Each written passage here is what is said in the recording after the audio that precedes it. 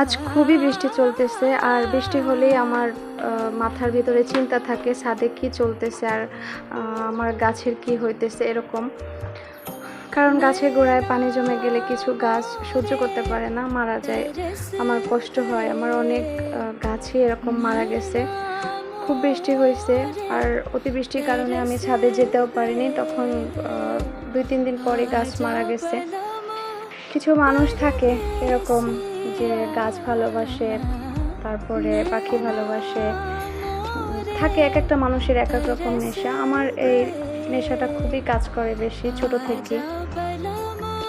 অনেকে থাকে না, অনেকে আসলে মনে করে হয়তো বা পাগলামো, এটা অনেকেরই থাকে।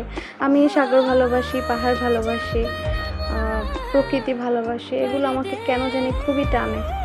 কিন্তু অনেক মানুষ আছে যাদের এগুলো ভালো লাগবে না। সাগরে গেলে কি আছে এখানে এটা ভাবে, পাহাড়ে গেলে হয়তো বা ভাবে এখানে কি আছে, দেখার কিছু নাই, সাগরের ভিতরে দেখার কিছু নাই। কিন্তু প্রকৃতি প্রেমী যারা, তাদের এগুলো খুবই টানে।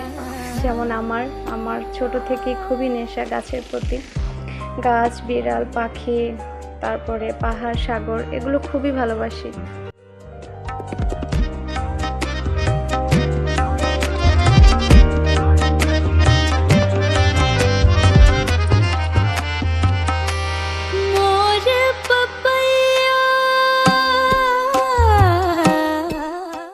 যখন দেখি আমার কোনো গাছে ফুল ফুটছে, তো আমার এত খুশি লাগে, আমার মনে হয় পৃথিবীতে এর থেকে আমি আর অন্য কিছুতে খুশি হই না।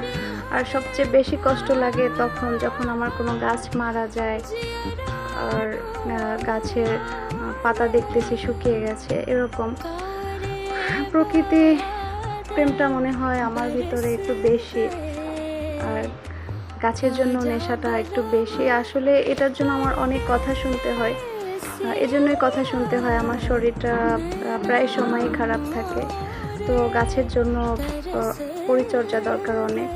তো এটার জন্য অনেক কথা শুনতে হয় যে আমি নিজের পরিচর্যা না করে গাছের দিকে নজর দিচ্ছি, গাছের পরিচর্যা করতেছি, এগুলো আর কি।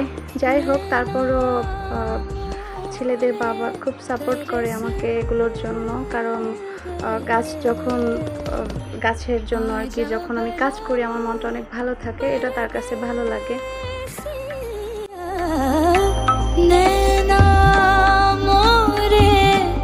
तरस गए आजा बलम परदेस।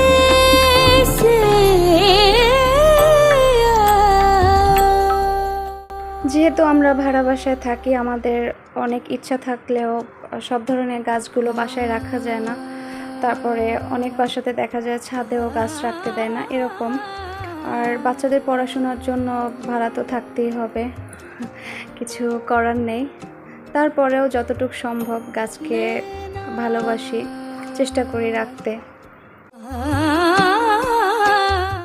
যাই হোক, অনেক কথা শেয়ার করলাম। সবাই ভালো থাকবেন। আল্লাহ হাফেজ।